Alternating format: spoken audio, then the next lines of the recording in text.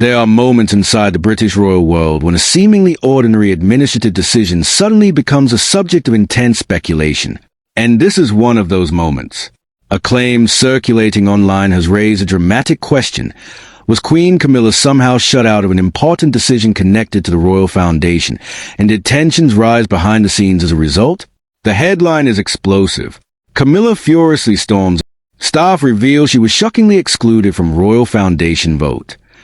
But before we get carried away, there's an important distinction to make. There is currently no verified evidence establishing that Queen Camilla literally stormed away from a royal foundation meeting, nor is there reliable public evidence confirming that staff privately revealed such an incident.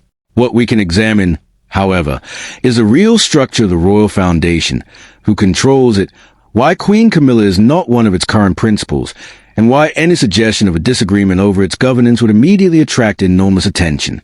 Because the deeper story is not simply about one alleged vote. It is about power, roles, influence, and the rapidly changing structure of the modern monarchy. The Royal Foundation is not simply another royal charity. It is a major philanthropic organization associated with the Prince and Princess of Wales. According to the Foundation's own current website, its mission is to bring together leaders, businesses, and people to address major social challenges. Its work includes conservation, early childhood, emergency responders, homelessness, and mental health. The organization states clearly that its work is led by the Prince and Princess of Wales. That detail matters, because when people hear the words Royal Foundation, they may naturally assume that every senior member of the royal family has some formal say in its decisions. But that is not how the organization is structured. The foundation has its own governance arrangements.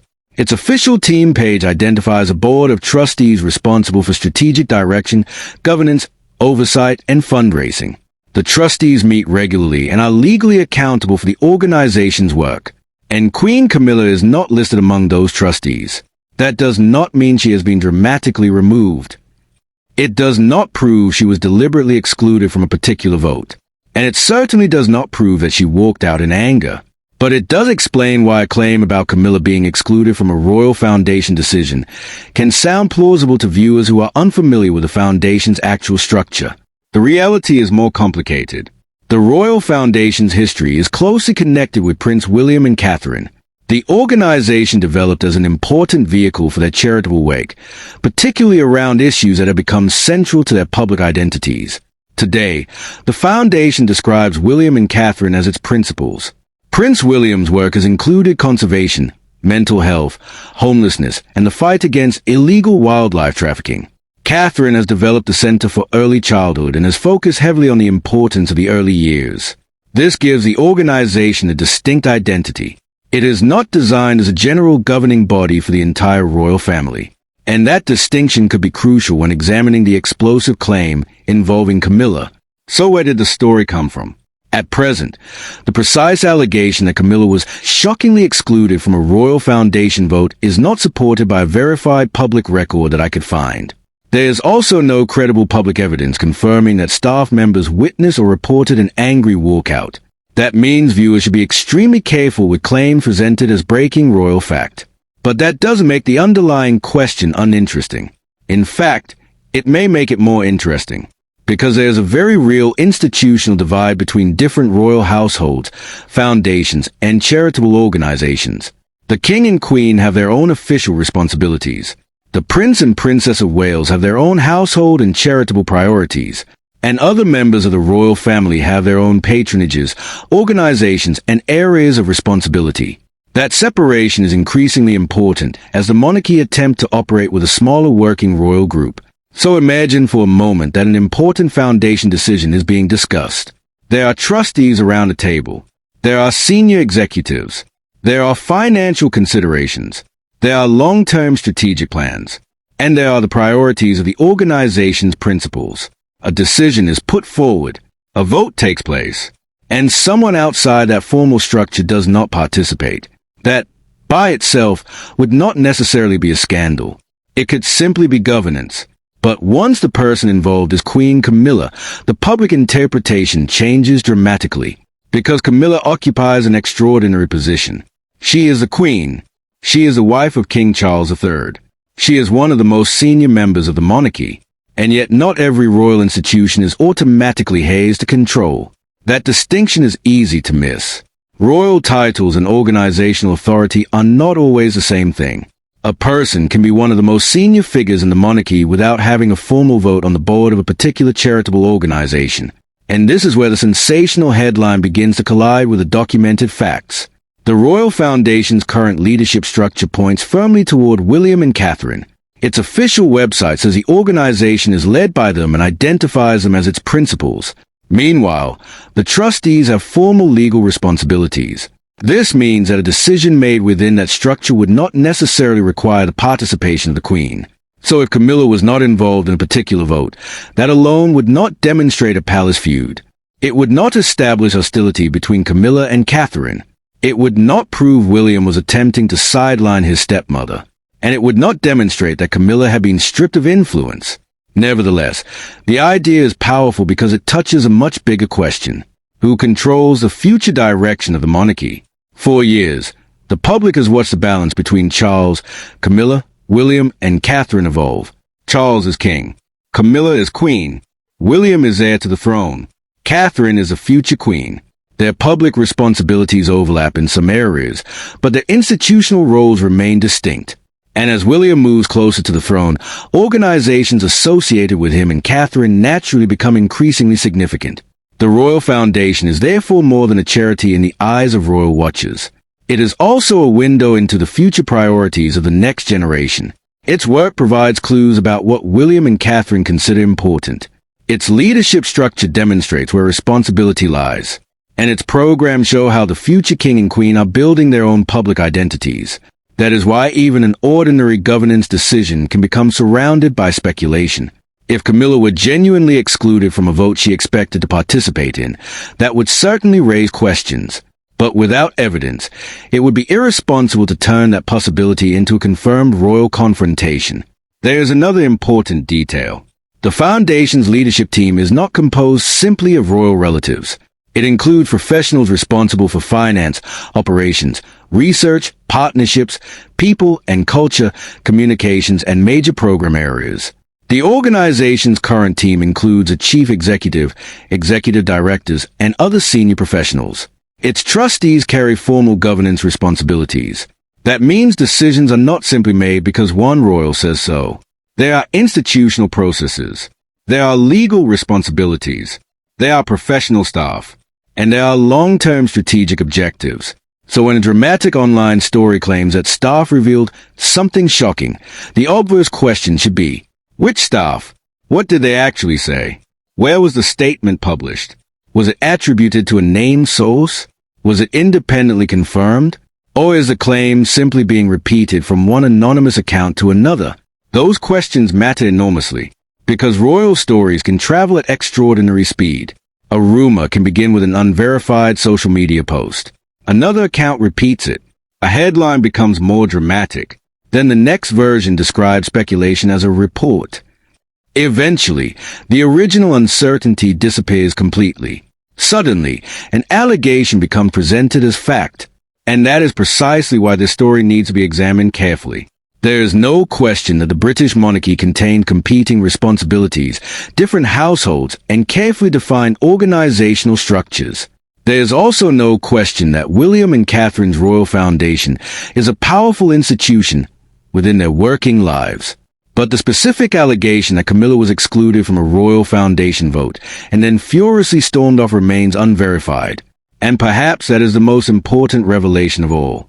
Because beneath the sensational headline lies a genuine story about how the modern monarchy is organized. It is a story about boundaries. It is a story about authority. And it is a story about how William and Catherine's institutional world is becoming increasingly distinct from that of the king and queen. The question now is not simply whether Camilla stormed out. The bigger question is, why would anyone expect her to have a vote in the first place? And once that question is answered, the entire controversy begins to look very different. But there is still another layer to this story. Because if tensions were ever to emerge between different royal households over charitable priorities, funding, public visibility, or institutional influence, the consequences could extend far beyond one meeting. And that is where the next part of this story becomes even more fascinating. because the future of the monarchy may depend not only on who wears the crown, but on who controls the institutions being built around the people who will inherit it. And this is where the story becomes much bigger than one alleged vote. Because when people talk about the Royal Foundation, they are not simply talking about charity. They are talking about an institution closely connected to the future king and queen. The foundation gives Prince William and Catherine a platform from which they can develop long-term projects, build partnerships, and establish priorities that may continue for decades. That makes its governance significant. But it also explains why speculation surrounding the organization can become so intense. For royal observers, every appointment, every change in responsibility, and every public appearance can appear to carry a deeper meaning. Was someone being promoted? Was someone being sidelined? Was one royal household becoming more powerful? Or was an apparently dramatic development simply the normal result of an organization following its established governance rules? Those questions are particularly relevant when Queen Camilla enters a conversation. Camilla's position is unique. She is queen consort turned queen following King Charles III accession, and she has developed her own public program of engagements and charitable interests. Her work has included literacy, supporting victims of domestic and sexual violence, animal welfare, and other causes. But having a royal title does not automatically give her authority over every organization associated with another member of the royal family. That is the crucial point. The Royal Foundation has its own identity. Its official material describes it as a principal philanthropic organization for the Prince and Princess of Wales. Its governance is overseen by trustees with formal responsibilities. So if a vote took place without Camilla, the first question should not necessarily be, why was Camilla excluded? It should be, was Camilla formally entitled to participate? Those are two completely different questions. And without evidence of a specific meeting, vote, or invitation, nobody can responsibly conclude that she was deliberately shut out. That distinction may disappoint anyone expecting an explosive palace confrontation, but it is precisely what separates a dramatic royal story from an established fact. Still, the controversy highlights something fascinating about the monarchy. The royal family is not one giant organization where every senior royal participates in every decision. Instead, there are separate households, foundations, charities, patronages, and administrative structures. Each has its own responsibilities. Each has its own leadership, and each can develop priorities that reflect the royal at its center. This becomes particularly important as the number of working royals remains relatively limited. William and Catherine are increasingly important to the monarchy's future. Their public work is designed not only around the present but around the institution they will eventually lead. That makes the Royal Foundation especially significant. The Foundation's project allowed them to focus on subjects that have become closely associated with their public identities. Catherine's early years work is a clear example. Her Center for Early Childhood has made early development one of the defining themes of her public work. William, meanwhile, has used his platform to highlight environmental issues, homelessness, and other social challenges. These aren't random projects. They are long-term commitments. And long-term commitments require organizations capable of surviving changes in royal schedules and public attention. That is one reason institutional governance matters. The people making decisions today may be laying the groundwork for programs that continue long after the day's headlines have disappeared. So even though there is no verified evidence that Camilla was involved in a dramatic confrontation over a royal foundation vote, the broader issue of institutional boundaries remains real. And it raises another fascinating question. Could different royal foundations ever compete for attention?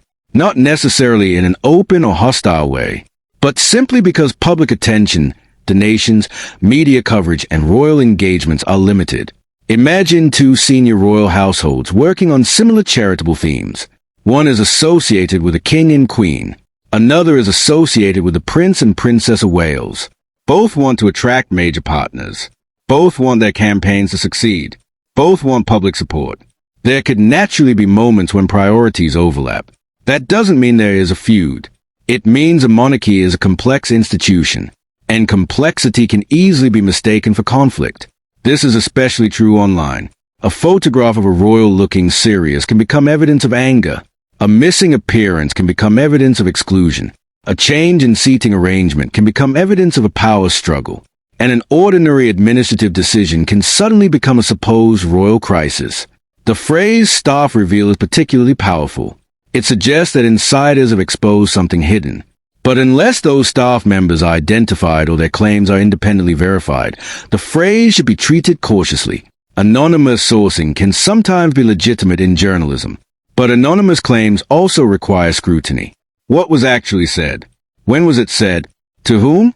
Was it documented? Were multiple independent sources involved? Was there a response from the relevant organization? Without those answers, the story remains an allegation.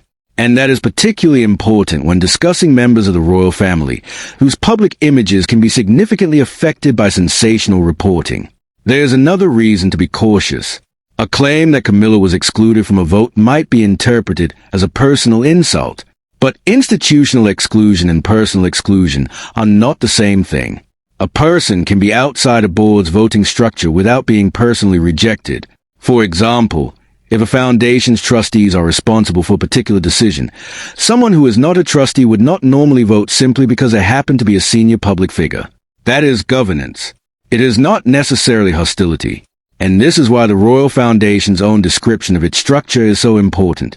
The organization says its trustees are responsible for strategic direction and governance. That framework exists precisely to separate formal decision-making from the broader public role of the royals associated with the organization. So what should viewers take away from the controversy? First, there is no verified evidence available establishing that Queen Camilla furiously stormed off after being excluded from a Royal Foundation vote. Second, the Foundation's official information identifies William and Catherine as its principals and describes a formal trustee structure. Third, Camilla's absence from that structure should not automatically be interpreted as a royal feud. But there is still a larger story. The monarchy is changing. King Charles has brought his own priorities to the throne. William and Catherine are building an increasingly distinct public identity, and the institutions connected with each household reflect those different responsibilities. This transition is likely to become more significant over time. As William eventually moves closer to the throne, organizations associated with him and Catherine will naturally receive more attention.